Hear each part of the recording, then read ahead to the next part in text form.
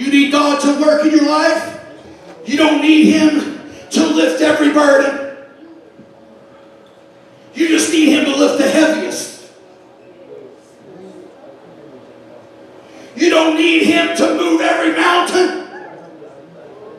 Brother Shabir, you just need Him to move the highest.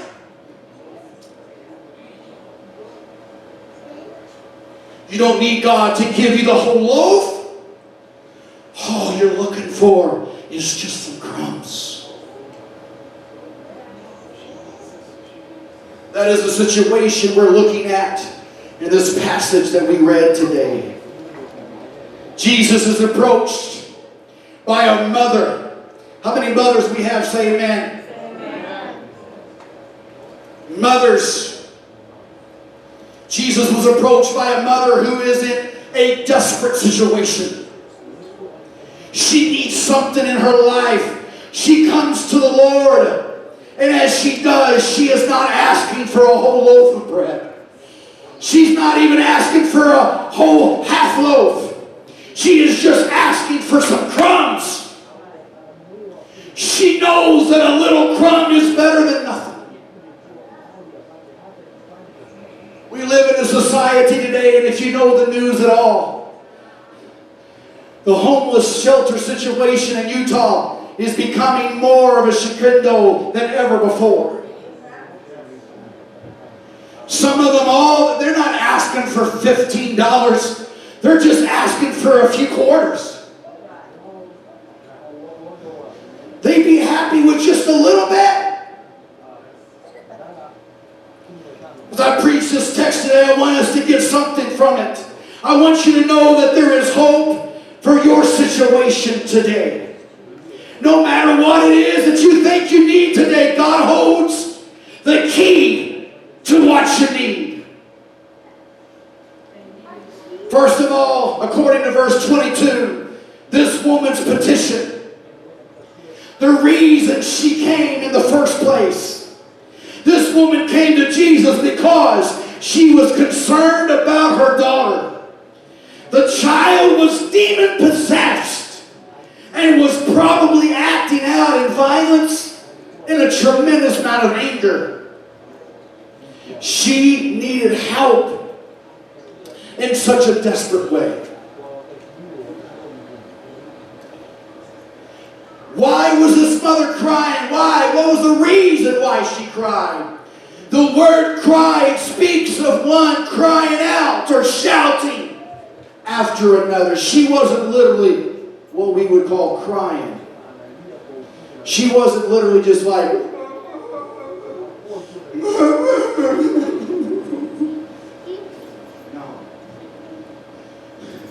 The Bible says she was going, Jesus! Jesus, help me! Jesus, thou son of David!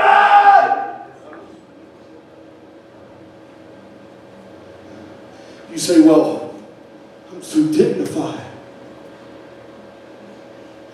I'd rather send an email. How desperate are you? Sometimes we need to be so desperate that we just begin to cry out to Jesus with our voice and with our desperation. And we go, Jesus, I need you! Yes.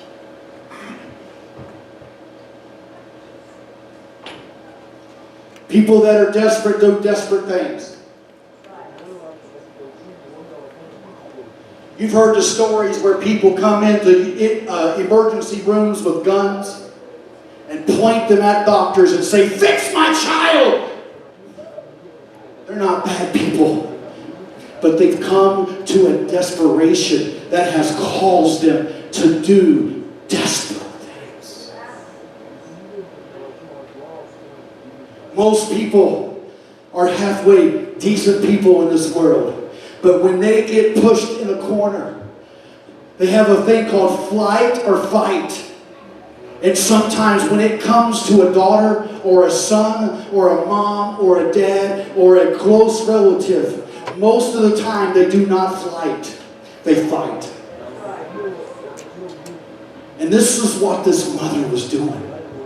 This mother was not just going to say, I'll text Jesus, I'll email him and see if he's available. No, she got with her 2 feet and she went to where he was. And she just didn't say, Jesus, hey, excuse me, Jesus.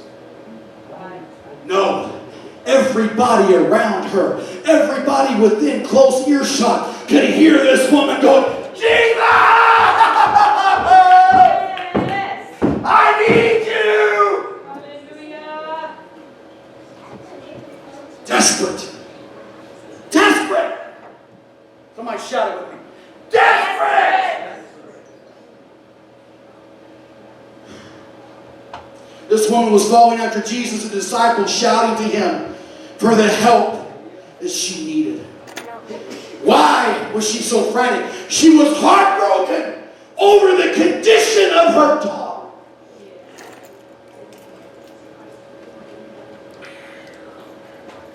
Her daughter didn't go out on a Saturday night and get drunk and drive home and have an accident. It wasn't the daughter's fault. Somehow or another, however it happened, the old rotten, stinking devil ended up getting into her and causing her to act out.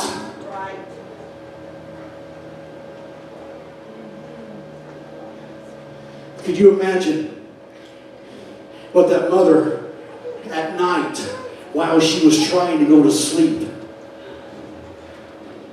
while she was trying to have a normal household and a normal family, when she's got a daughter that is demon possessed? I don't even think any of us could actually put ourselves in that situation. The reason she called in recording this same event in Mark chapter 7 and verse 25, this woman had heard of Jesus. Perhaps she had heard about how Jesus had healed all manner of diseases. Maybe she had heard about blind Bartimaeus getting his sight. You know, this story has a little bit of a parallel. Because blind Bartimaeus said the exact same thing. He said, Jesus, thou son of David. And this woman said the exact same thing. What does that tell me? Try to help you, okay? What does that tell us? That means that instead of just saying, Jesus, thou healer, Jesus, thou prophet, Jesus, thou whatever you want to put on there.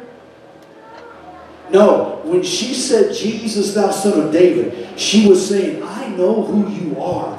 You are the Messiah. You are the one that has your kingdom and is going to be set up in heaven. When she said, Jesus, thou son of David, it meant something more than just calling him Jesus.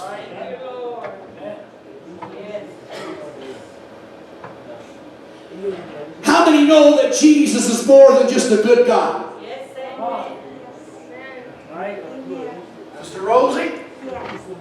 Sister Rosie, Jesus is more than just a guy that we read about in the storybooks to those toddlers back there.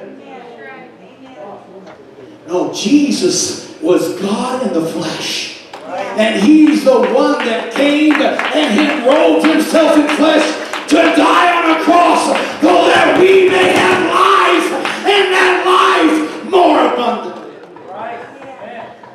Because of who he is and because we know who he is,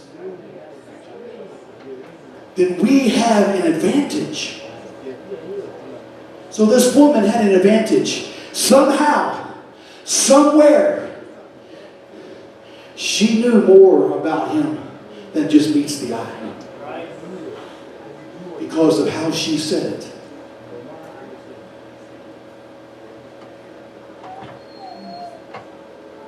This woman came to Jesus because faith and hope. Say faith and hope. If you're going to get something out of this service and leave different than when you came, you've got to have faith and you've got to have hope. If you do not have faith and hope, then you will leave the same way you came. But if somehow or another you can get the spark and the oxygen and the fuel together, there will be a flame that will start and a fire that will begin, and you'll leave different than when you came. It's called faith and it's called hope. Yes, thank you, Jesus. She was looking for something that her dead religion had been powerless to give her. She needed a solution that was not been able to provide her with her own self-efforts. She was desperate, and she saw Jesus as her only hope.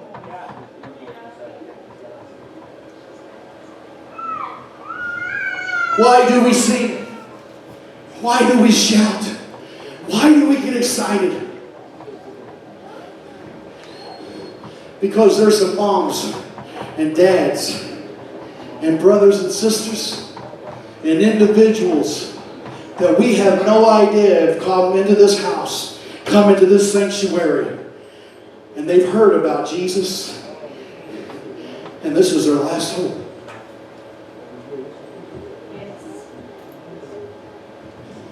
Folks, we need to get the attitude is, if they can't get help here, they can't get help anywhere. If people can't get what they need here, then they can't get it anywhere. Where else are they going to go? A psychiatrist? Are they going to go to a doctor? How many people know of God miraculously healing people and the doctor said, I'm sorry, there's nothing else I can do? They walk back into a doctor's office and say, doctor, check me. Come on, check me. Doctor goes, I can't find anything. The doctor couldn't do anything for him. But oh, Dr. Jesus, He came and He can do it. Who's in the house today? His name is Jesus. So if nobody can do it, Jesus can. A crumb that falls from His table is more than enough. Thank you, Jesus. How many of you can identify with this poor, anxious woman? Perhaps you are dealing with a child yourself that has become out of control. Perhaps you are at your wit's end over some situation in your life and ye need help. Perhaps you have exhausted every means of your disposal and you do not know where else to turn. Maybe you need restoration and forgiveness. You should take a lesson from this woman.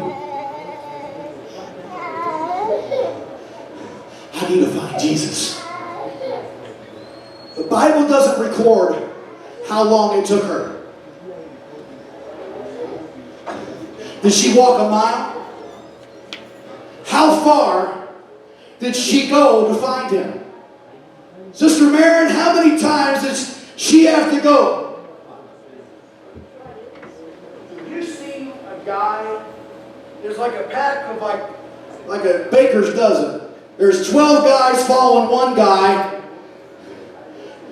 and they call that guy Jesus. Oh yeah, you know, I saw them. They were at the 7-Eleven earlier, then they made a right turn down Redwood Road. If you go down that way, she stopped and asked. She stopped and asked maybe. We don't know. But we know that she just didn't understand where they were. She had to go find them.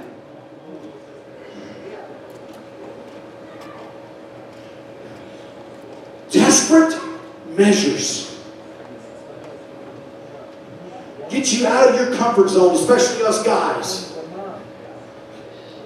say, hey, I need directions. Have you seen 13 gentlemen walking around somewhere?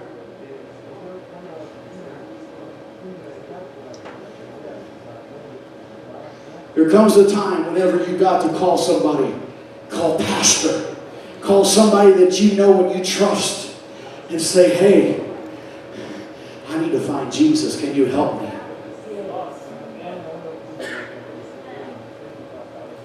That's why we always need to be prayed up, fasted up, read up, because we don't know whenever somebody is desperately going, have you seen Jesus anywhere? If you're off in your own land, well, no, I haven't seen him for a while. You say, no, I haven't seen him just here in the last few minutes, but I know where I can find him. Why don't you come to my church and sit into my pew, and I guarantee you, you will find him.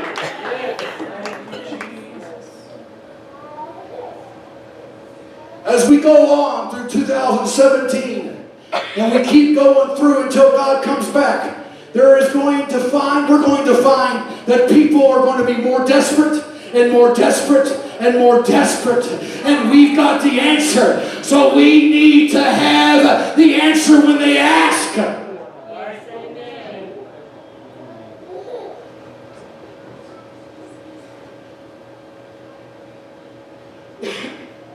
A woman's persistent.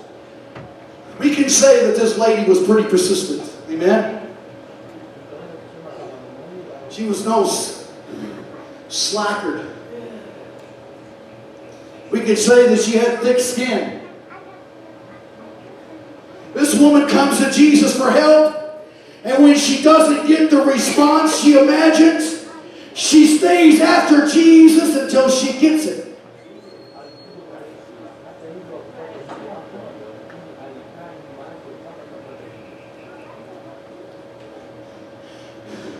Verse 23 through 27, we get this picture of the obstacles of her faith. To see that her need was met and her daughter was healed, this woman had to overcome a lot of obstacles. It seemed that she met every resistance to her request at every turn. Yet she persisted until she achieved her goal.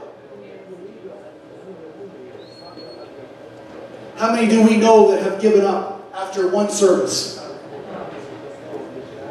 Well, I came and yeah, it was great and everything, but they never come back.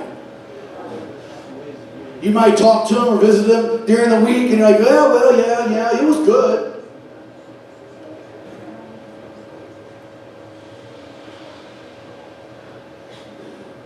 You know, the Bible says, ask and you shall receive. Seek and you shall find. Knock and it shall be opened.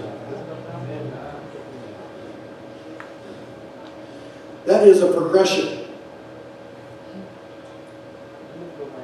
Sometimes we ask for revival, so the Bible says, ask and you shall receive. But sometimes God wants us to get out of our comfort zone and go and seek. That means sometimes you got to go in around your neighborhood, find out where the playground is, and have a bucket of ice cream. We ask for revival, but sometimes it says, ask and you shall receive. But it also goes on and says, seek and you shall find. Now it goes on.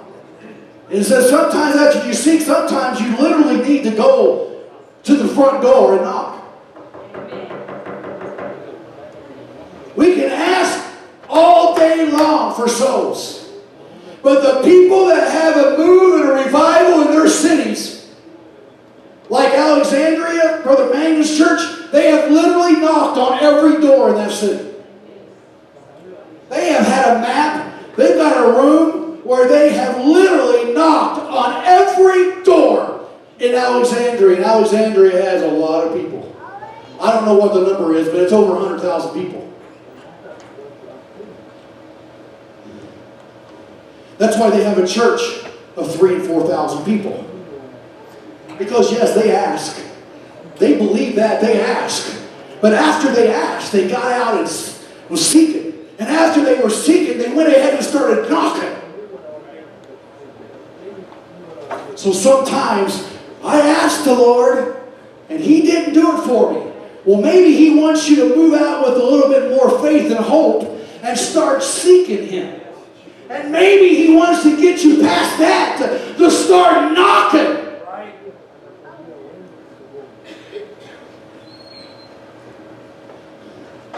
Push. You know what the acronym for push is? Pray until something happens.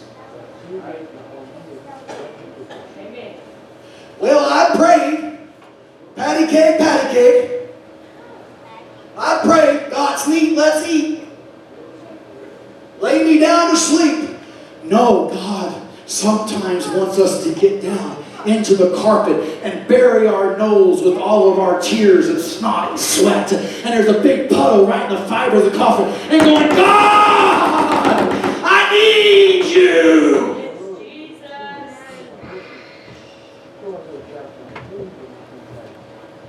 Persistence is what this woman had. She had to overcome grace. Verse 21 tells us that this woman was from Tyre and Sidon. Verse 22 adds that this woman was a Canaanite. This tells us two different things about this mother.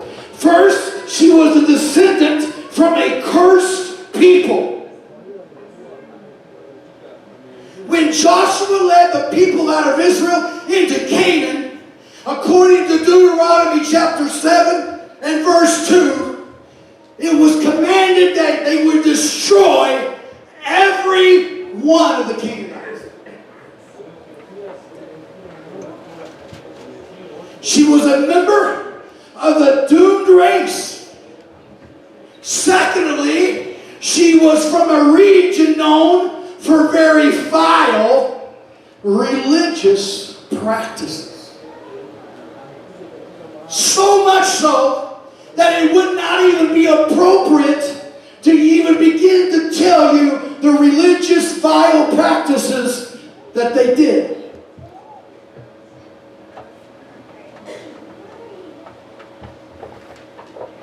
Two strikes already against her.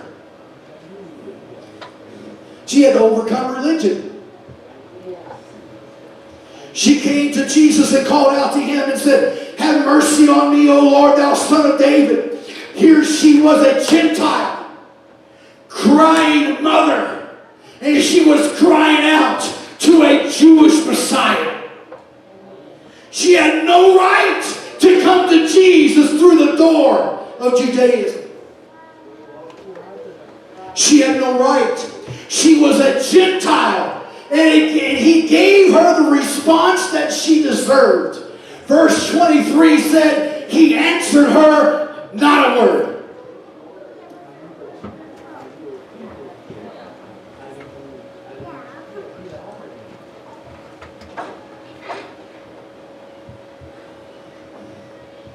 How many people here would have already given up?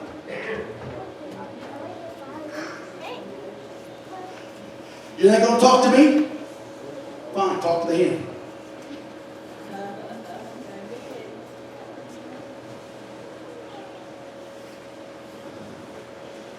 We talk back to cars that they can't even hear us. You mean to tell me that you say who you are and you're a Christian and you're this and your church is this, and I come and you didn't even shake my hand, so I'm going to leave? I believe if this mother was here, it wouldn't have mattered if we all treated her like she was a nobody. She would come back, and she would come back to the altar, and she would say, I don't care what you think about me. I don't care what you think or say behind my back. I'm here to get something from Jesus.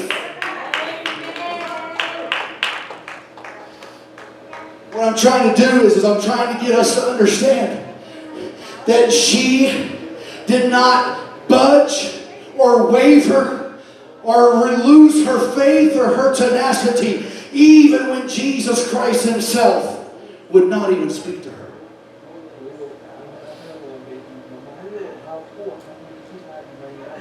Say persistence. Here she was. She had to overcome racism. When the disciples see and hear this Gentile calling out to their Messiah, they react by telling Jesus to send her away. Not only now is it Jesus, but it's all the saints. It's not just Jesus. Now it's all of his disciples. Jesus, she's bothering us. Will you go and tell her to leave? She just kept on coming. Sister Adele, it didn't stop her. It didn't bother her one bit. You know why? Because she had a need and she had to get to Jesus. That's right.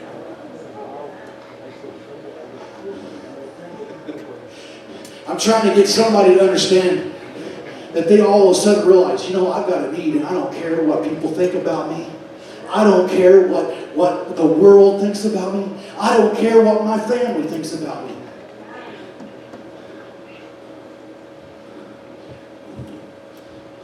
We tell young people a lot. Whenever I was teaching the young people, I told them, I said, when you get to the age of accountability,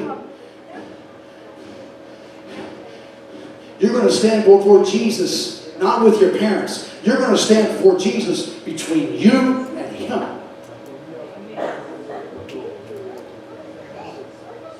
Jesus is a just God, but if you go to Jesus and say, I'm sorry I couldn't live for you because my uncle, my aunt, or my brother, or my sister just said that the church is just for sissies. And I don't want them mad at me. And I don't want them to think I'm crazy. It's not going to work. I don't care if you're Jeff Arnold, one of the great preachers. His whole family's not in church.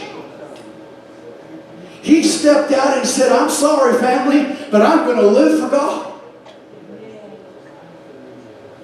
Why am I saying that? Because I know with a shadow of a doubt that there's people that feel the Holy Ghost and they want to get right with God and they want to come to the altar and they want to get baptized in Jesus' name. But guess what?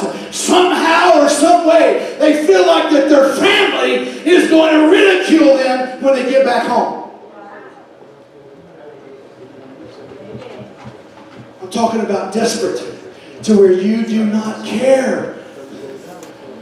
You are going to get what you need from Jesus no matter what anybody says or thinks.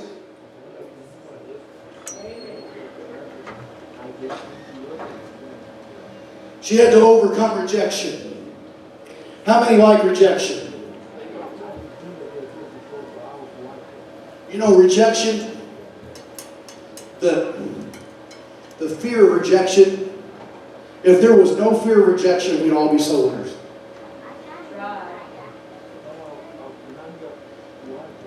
Why do we not have as many people go knock on doors? It's the fear of rejection.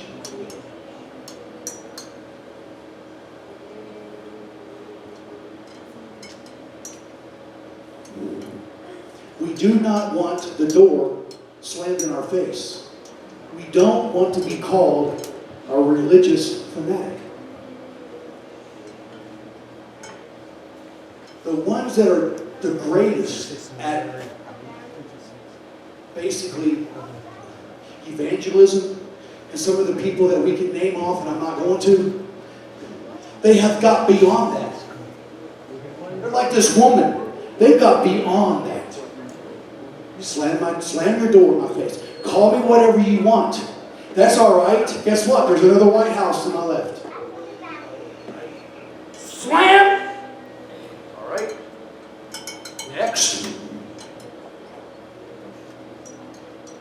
they've got beyond that fear of rejection. I'll be honest with you. I still struggle with it. When we go out, we got here and we went out and did all the craziness that we did in Salt Lake. Yeah, there was a little bit of fear. There's a little bit of hesitation. So sometimes you just got to push that back and be like, hey, I know we can find somebody. I know there's somebody out there. If you knock on enough doors, there will be somebody that will respond. It's just the probability.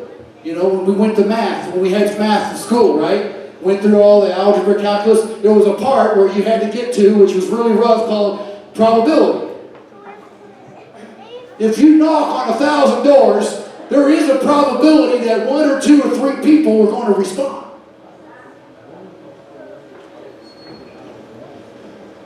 Anyway, so she goes, she has this rejection issue she had to deal with, and she dealt with it really well. As Jesus speaks to this woman, his words appear harsh to her ears. His words must have shaken her to the very core of her being. Her words probably broke her heart. First, he simply ignored her. As it turns out, he turns even an indifferent ear to her cries for help. Then he tells her that his whole purpose to coming into this world was to reach the lost sheep of Israel. When she persists, then Jesus says and tells her that she is a dog and does not deserve the children's bread. The disciples rejected her, and now it appears that Jesus has also joined the choir and rejected her. She had to overcome reality.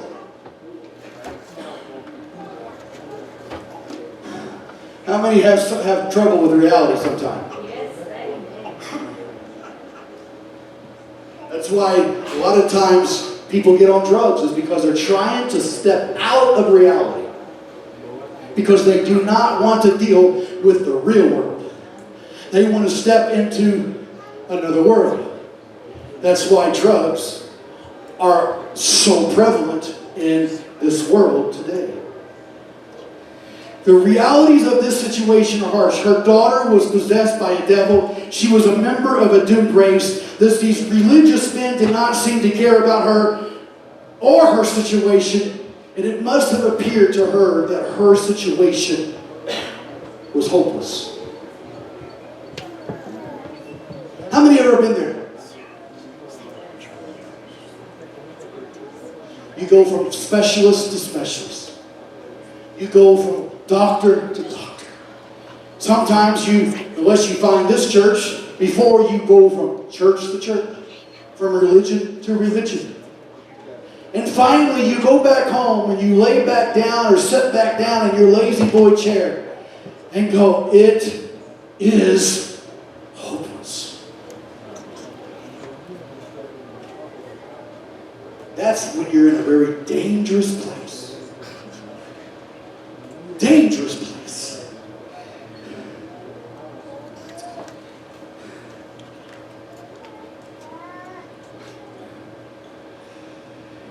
In Mark 7:27, this is whenever she had opportunities of her faith. As Jesus speaks with this woman, he never slams the door of hope in her face. You read it. In Mark's account of this encounter, he records Jesus saying, "Let the children first be filled." The word "first" was what this broken-hearted mother needed to hear.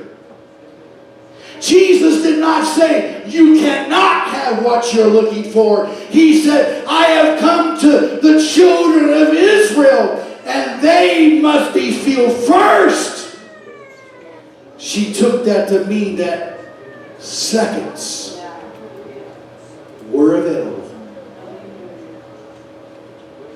I'm talking about just a crumb that falls from the master's table is more than enough.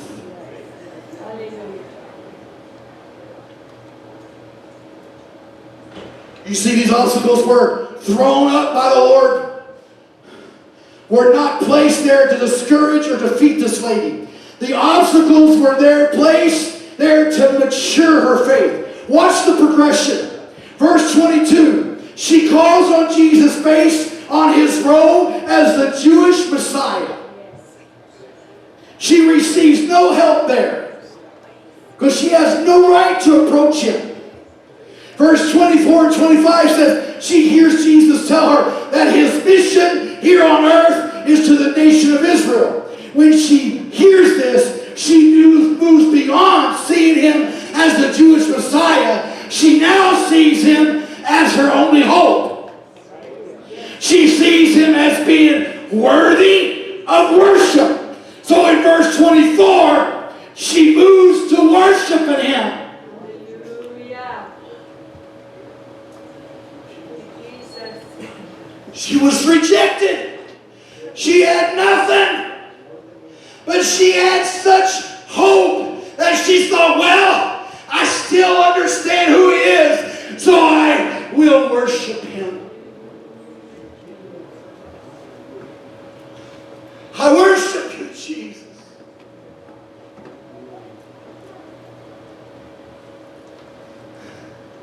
She bows down to him, humbles herself at his feet, gives him the worship he deserves, and appeals to him for the help she needs. Now we move on to verse 26 and 27. Now she hears Jesus compare her to a dog. The Jews look at non-Jewish people as dogs. It's just a fact of life. The Jews looked at, the word there is used to refer to a mangy dog. It is used as a metaphor of people who are unclean, filthy, and dirty.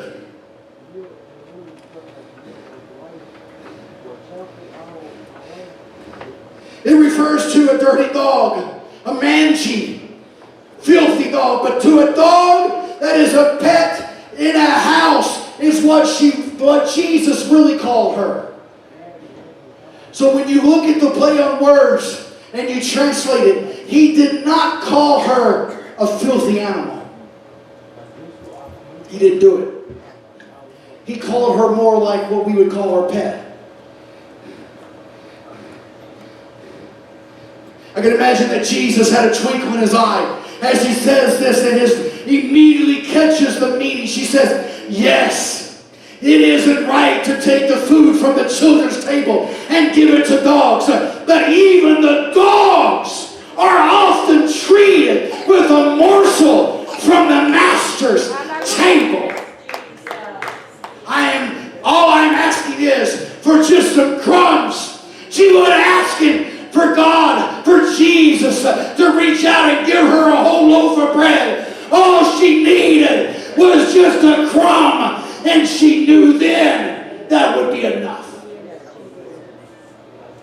Let's stand. Musicians, come.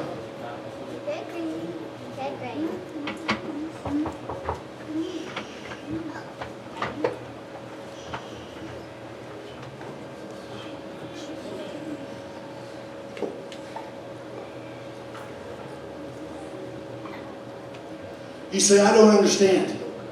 I thought Jesus was loving and kind. Yes, he is.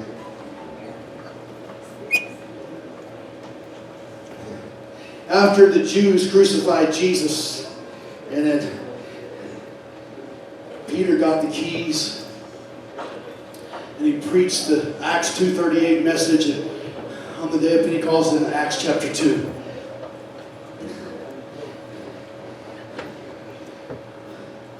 Peter preached to Cornelius. Peter preached and began to start. They started having revival within the Gentile race. See, there's only really two races. There's Jewish and Gentile. So you're either Jewish or Gentile. Most of us here are Gentile. Right? But when this story happened, Jesus, really in all honesty, he was here for the people of Israel. He was here to feed the children of Israel. He was there, every one of them. But this woman had such a desperate need. And when she had the persistence that no matter what was given her, and no matter what was shot at her, she just deflected and just kept on moving forward. She deflected and kept on moving forward. Is there anybody in here like this woman that I'm going to get what I need? I'm going to get what I need. I don't care what anybody thinks about me. I don't care what my family thinks. I don't care what my church family thinks. I don't care what my friends think. So guess what happened? You got to get this picture. We got a cross up here, right? If this woman would have came later after Jesus' death and resurrection, and after the disciples fanned out, if she would have came, this dialogue would not have happened. Peter would have said, well, woman, such as I have, I give unto thee. Daughter, behold. Daughter, be delivered from this demon. But see, she was trying to come at a time when it wasn't normal for somebody from her area, being a Gentile, for her to get those items, those things from Jesus. So when Jesus finally said, and we read it, oh woman, could you imagine Jesus saying that? I would love for him to say that to me. Oh, Monty, great is thy faith. My goodness, Monty. I have thrown everything at you that would try to knock you down. And all you did was got back up and kept going forward. Jesus. Sister Marion, it didn't matter what kind of news that we got or whatever happened. We just picked ourselves back up and kept looking at Jesus.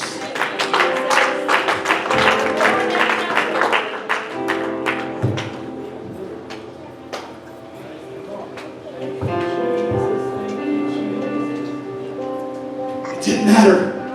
It didn't matter how many times it got knocked down. It didn't matter how many times Jesus said what he said. She just kept coming after it. And finally Jesus goes, okay, all right. Listen to me, this is what happened.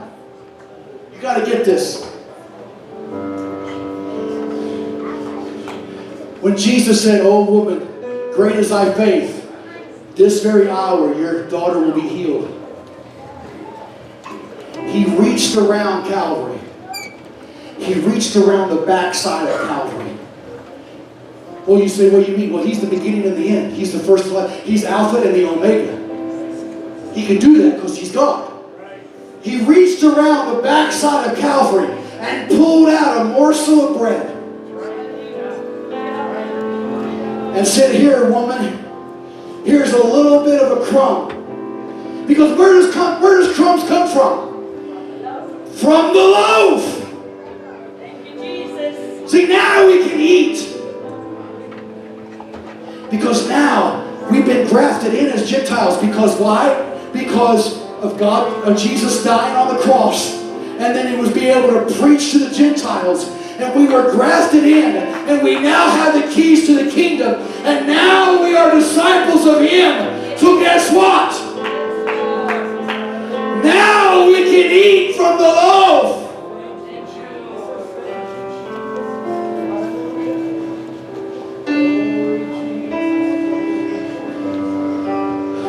I'm preaching to somebody that's desperate for something to happen in your life.